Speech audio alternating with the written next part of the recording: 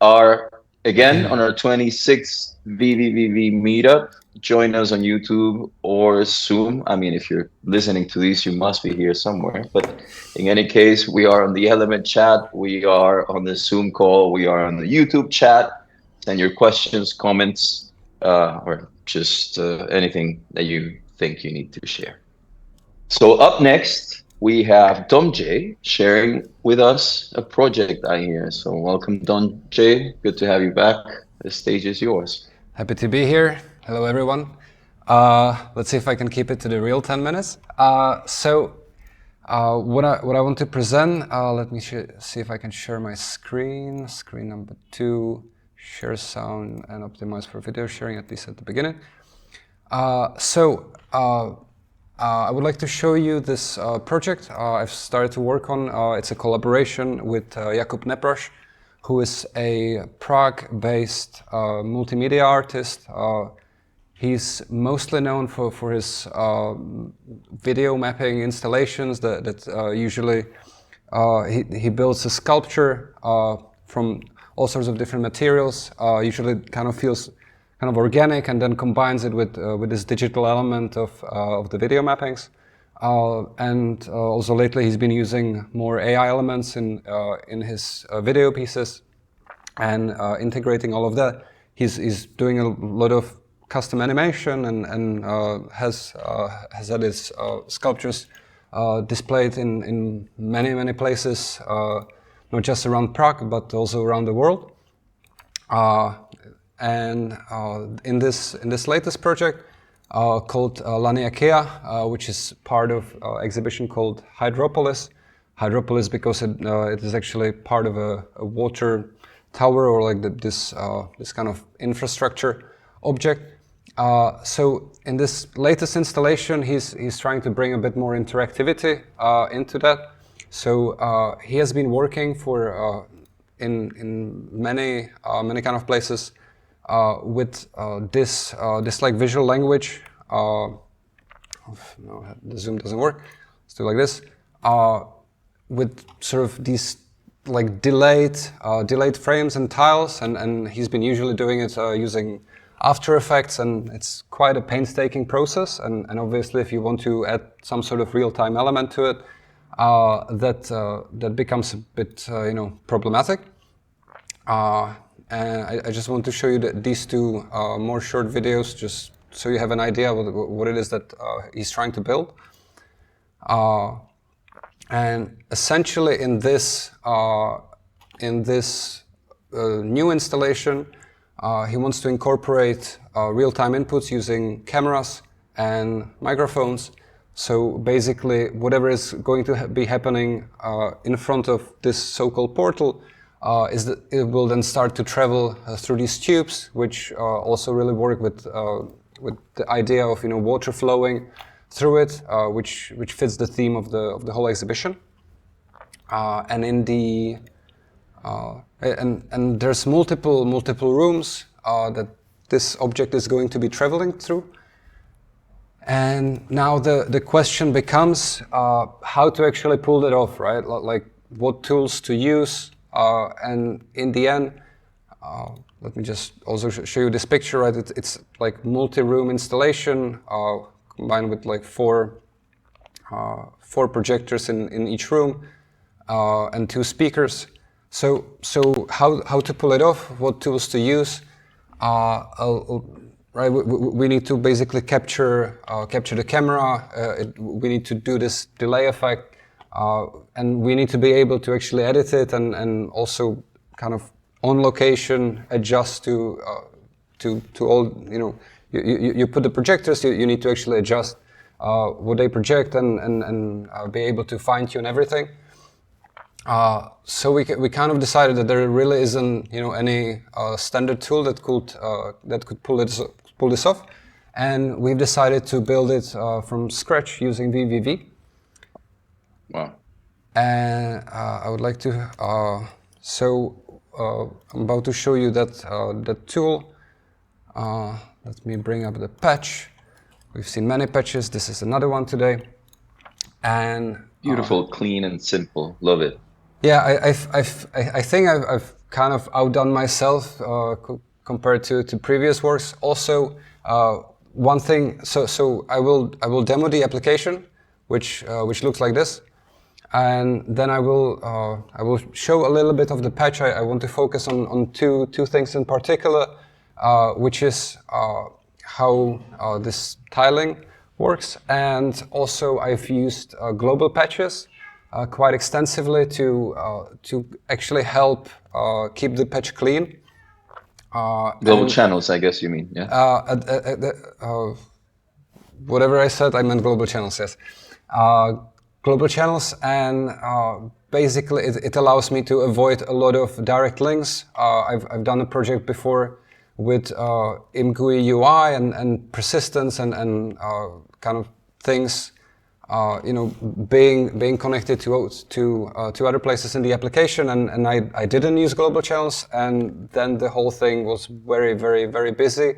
I had to route things out of ImGUI inside, and in this approach, basically I use a global channel for the main state. And then anything that needs to access it accesses it from there, and also the configuration writes directly into these global channels.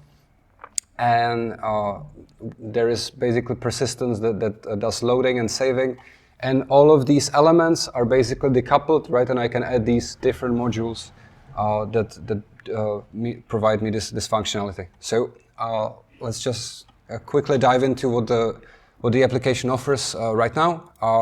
As a quick disclaimer, it's still in progress, in development. The installation hasn't been done yet, so that's also why I'm only showing you these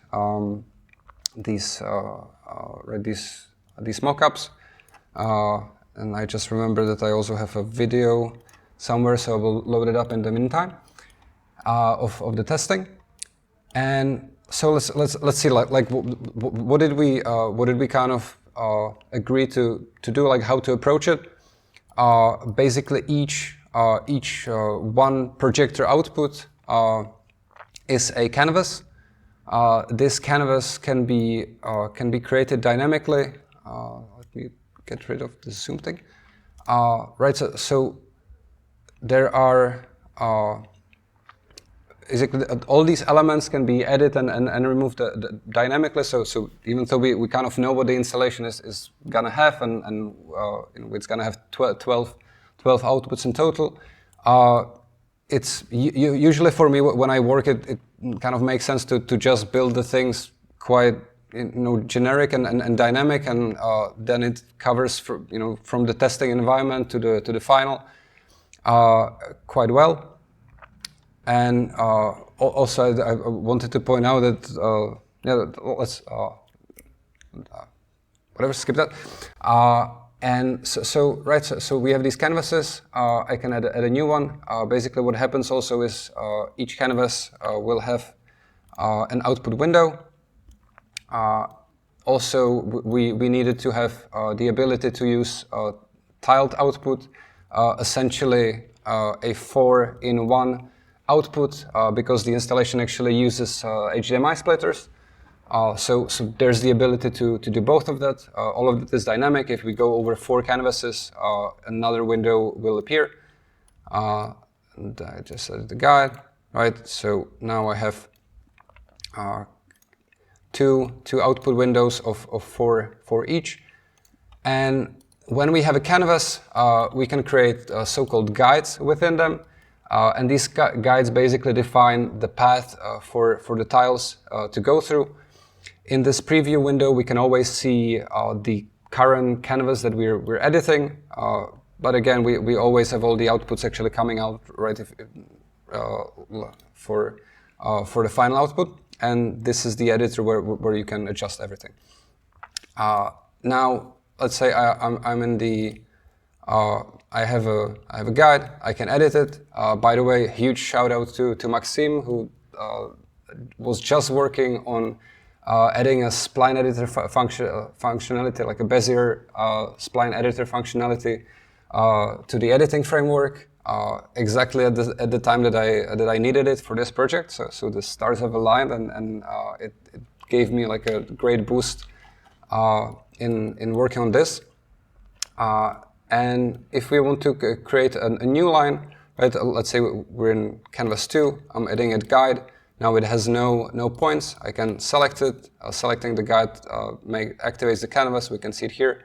And now I can double click and basically work with this Bezier editor to start defining the path. Also, as we said, right, there's the cameras that are feeding it all in, and then the path like starts from one place, and it can then continue to others. So then I can set a continuation guide, but I will get to it in a moment. So once we have this guide, we can actually define more of the shape. Right, we can go and maybe change the size of the tiles. Also change the speed that we'll have on the delaying. Right. So maybe I want the whole thing to go faster. But just a quick note: we yes. are entering the 20-second domain, just so you know. All right, we are also okay. So I will do a 5-minute to 20-second. I apologize. But also we can have sort of parameterized, across the duration of the path. So let's say I wanted to start small, but then actually go big. So I can do all of these shapes. Also change the speed along the path. Also the density of the tiles. So let's say I just want them to be like becoming kind of less and less over time. So I can do all of that. And as I said, I can also like continue from one path to another and set offset and so on. And there's also some basic kind of texturing effects on the camera, so we can adjust the final look and feel.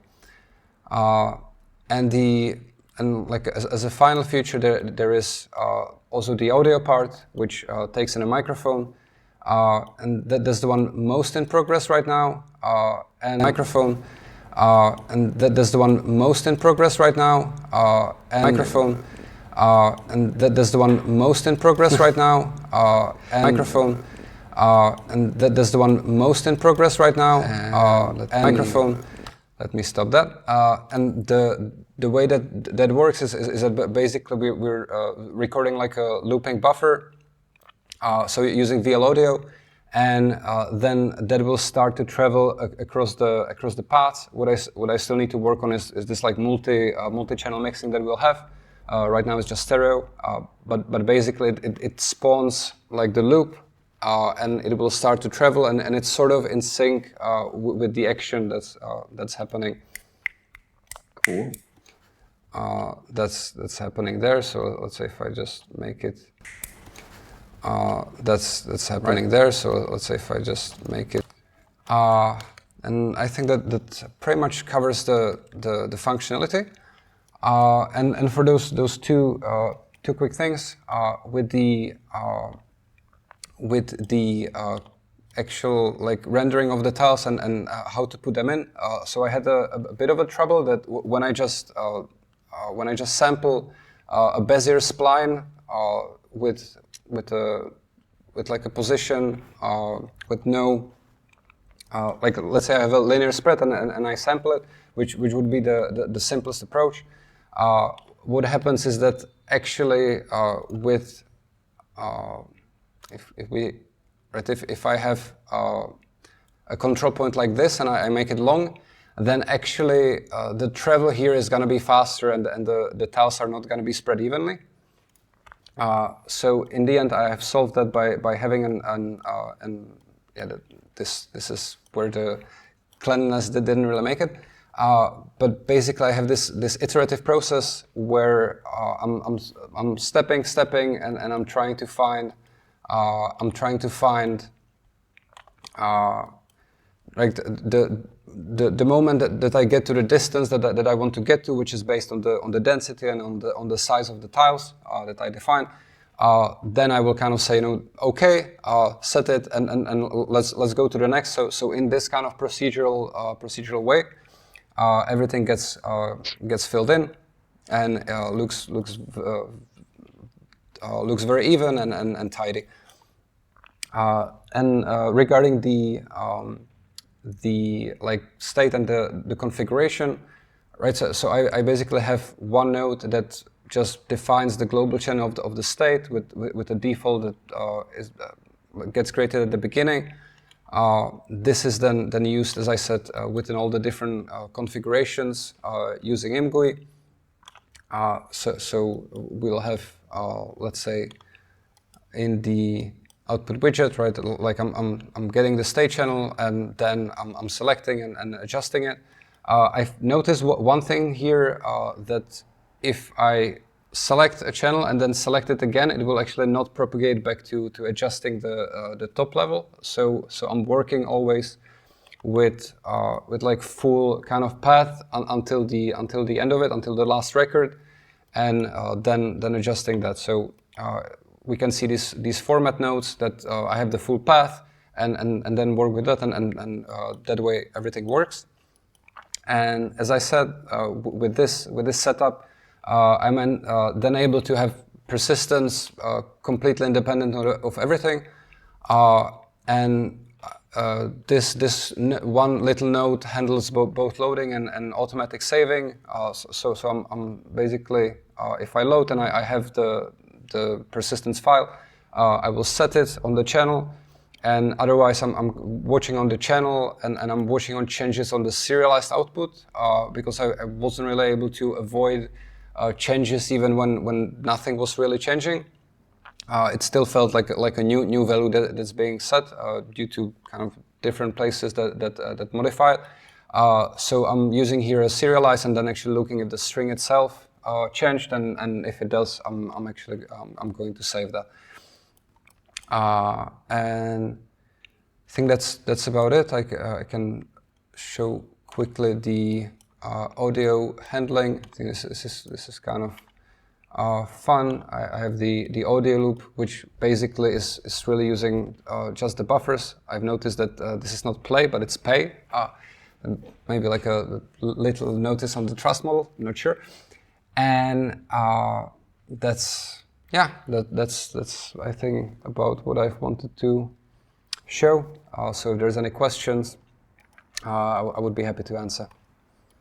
And that's 20 seconds on the dot. Okay. Thank you for that. Really cool. I can almost guarantee Sebastian is going to have some comments around the global channel having to check the serialized output change thing. That's just me guessing. Is this, I mean, it looks very powerful. Is this something you intend to eventually share as a public tool, or do you think it's too specific for the use case?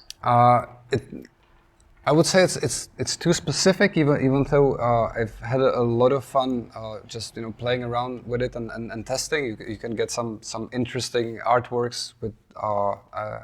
I haven't shown it right now, but when you make everything very contrasty and kind of black and white, and you can get very interesting things. It's like it is a commission, and we would have to discuss that with the artists. So far, there isn't really a plan to share it. It's specific to this, and I believe he will also use it in other places, because, as I said, this is kind of like his visual language that he can basically now reuse it, and it's so much faster compared to the After Effects workflow, where he's just working with layers and then like moving things frame by frame basically, and adjusting everything. And here you just move a little thing and everything adjusts completely automatically. But we'll see. Maybe it will be a nice tool if we find the right model to share it. We could possibly. Super cool. Do we have any questions, comments, anything from the public? Vienna, Berlin, anyone? What is it about this Bézier editor? Say again? I just wanted to throw the topic Bezier editor maybe once again in here, because here is sitting Maxime. You said you based on his work. Maybe there is some improvements over there. It's just like the work that Johannes did in beta. Oh no, you ported like the point editor from beta to gamma. Yeah, and it was missing basically the Bezier editor from beta to gamma. Yeah. And just also at the same time that Damje was actually also asking for it. So Yeah, that's just it. it's like it's in the same way as the current point editor, right? And as Maxime is saying, it's using all the same kind of mechanics of the beta one. So it's just super nice to have that option, because for a project like this, it's really good for anything that needs following Beziers, maybe even camera paths and so on. It's like, yeah, I think that we all know that the editing framework is still kind of in its infancy, and one thing to note here, I actually haven't used the like built-in persistence of the editor. What I have done is basically push everything into the global state, and that actually persisted. So I have a like mechanics that just adds the nodes manually on whatever path I'm selecting here and editing. So I always have one kind of editor that's active, and I feed it with a different path, and like it may be nicer to have something that's more like flexible and generic, and we can maybe add custom widgets. But this is like 1,000 times better than not having anything, and you can get any really editing that you want out of it with the different point paths, selecting more things, undo, and so on. So I think it's really great to have that. Well, I don't know if it's a quick one, but a question from me, more from the nerdy architect software side. What would you say were the clear benefits and issues you found from shifting your architecture to a global channel approach? So since it supports pretty much any data type and passing things around, I have like working with it has been mostly just pleasant. You also have the manager, right, for global channels. So you even have like an overview, which here I didn't really figure out how to visualize properly, like custom properties. One drawback is I think the same that would come with using a singleton, is that now the whole application is kind of tied to a single state. I would have to add some sort of namespacing if I wanted to have a separate sort of instance of everything. So that I would say is my main drawback. But other than that, it's really pleasant to work with. I've also on another project I'm helping with. I've used this global channel mechanism to basically sniff on the side to be able to record everything that's happening and then play it back.